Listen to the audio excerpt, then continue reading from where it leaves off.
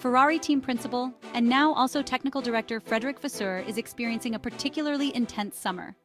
While waiting for the arrival of the figure who will lead the technical revival of the Prancing Horse team by the end of September, the responsibility of making immediate choices falls on the French team principal, following a programmatic line. The racing department is in a very delicate phase as several projects, all very important, are being defined these days. First of all, the Ferrari technicians are seeking the dark ailment of the SF-24. The Barcelona Aerodynamic update package is not working, as some speak of a 20-point downforce loss when porpoising starts in fast corners, and an aerodynamic setup that resolves the problem, based on insights from the British GP, needs to be approved. Carlos Sainz, dubbed the voice of truth, believes that the Silverstone lesson has served to understand the red car's woes, and now the aerodynamic staff led by Diego Tondi needs time to sort out what is not working. Meanwhile, we will see the Ferrari 3.0 with the Barcelona configuration in Hungary and the 2.0 Imola version at the Spa-Francorchamps circuit in Belgium, waiting for the right mix to arrive in Zandvoort to compete in the second half of the 2024 Formula One Championship as a protagonist capable of challenging Mercedes and, on some tracks, even Red Bull and Mercedes. The most recent significant aerodynamic upgrades introduced by the Ferrari technicians this season have not been implemented without issues, as the SF-24 single-seater now exhibits bouncing at high speeds. This significant problem is not due to a mismatch between simulator and on-track data, but rather stems from the upgrade working too well with the existing platform of the SF-24. The Italian side has managed to generate more downforce with the new aerodynamic package, which includes a completely redesigned floor and diffuser. Yet the current suspension setup, both front and rear, cannot adequately handle the increased downforce, whereas the original suspension configuration provided a good balance. Following the reintroduction of ground effect F1 cars 2 years ago, the efficiency of the aerodynamic concept, where the most downforce is generated under the car, depends on an equally efficient suspension configuration to counteract the bouncing. The updates introduced at the Circuit de Catalunya in Barcelona by the Maranello team have disrupted this balance by the increased downforce, raising doubts about whether the existing design concept can compensate for the changes on the suspension side.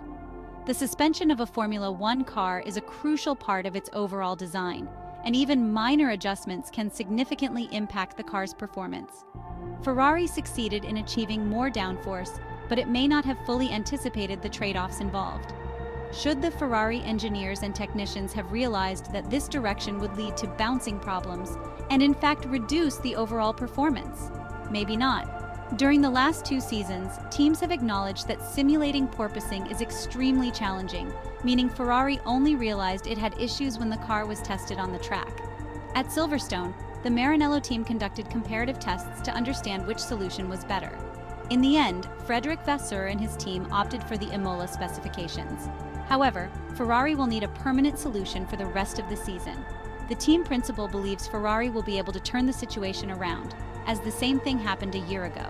On that occasion, the breakthrough came at the Dutch Grand Prix when the team decided to sacrifice the weekend to test the SF-23. After Silverstone, the focus is now on the Hungarian Grand Prix at the Hungaroring, but not without some doubts. What triggered the return of the bouncing? Frederic Vasseur admitted he did not know because this problem was not encountered in the wind tunnel. Looking ahead to the next races, the Frenchman does not believe the SF-24 will suffer from bouncing for much longer. It will be crucial to produce new elements that eliminate the bouncing effect. History shows that Ferrari has adapted to new updates, so Fred Vasseur sees no reason to be alarmed. Due to its specific layout, the Hungaroring circuit should not pose a problem for the new SF-24. The corners of the winding Magyaród track are generally slower than those of Silverstone and Montmelo, and thus the bouncing issue should be less pronounced. However, this problem is expected to reappear in Belgium, where Ferrari plans to use the old floor, accepting less downforce but solving the bouncing issue at its root. Therefore, especially at the Spa-Francorchamps circuit, the Ferrari SF-24 single-seater should struggle, because even without porpoising, it will be competing with a car that is 2 months older than the competition, an eternity in a closely matched Formula One series, with cars making huge leaps forward or backward, depending on the success of the updates. In reality, the Ferrari engineers are already focused on Project 677, the code for what is internally called the Lewis Hamilton car.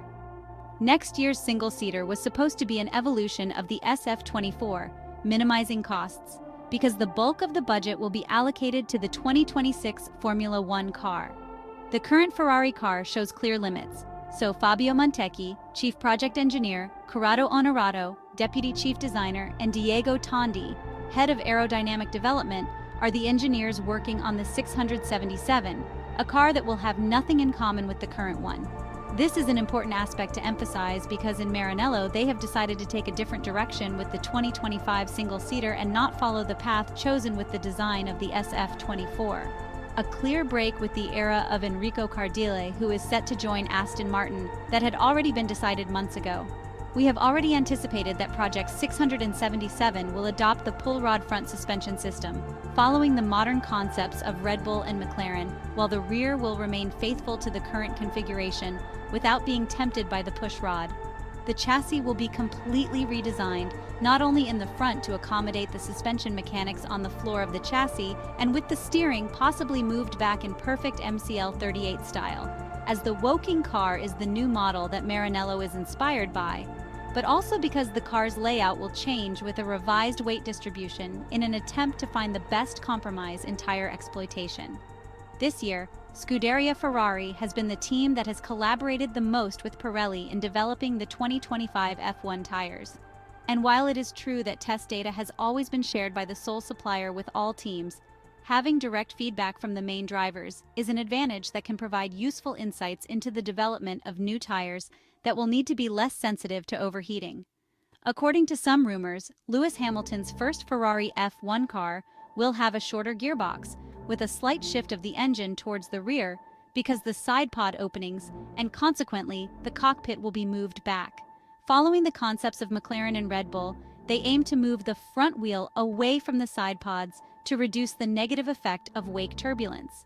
The 677 is therefore engaging the Prancing Horse staff more intensely than one might have thought, and it should not be surprising if the SF-24 will have limited development in the second part of the championship.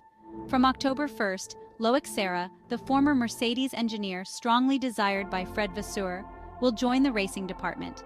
He will be the technician tasked with thinking the 678, according to the directions given by Mr. X and the constraints derived from the power unit area led by Enrico Gualtieri. The Maranello engineers and technicians have no intention of completely abandoning the development and performance of the SF-24, as there is still half the championship to go, but it is clear that priorities have shifted towards the 677.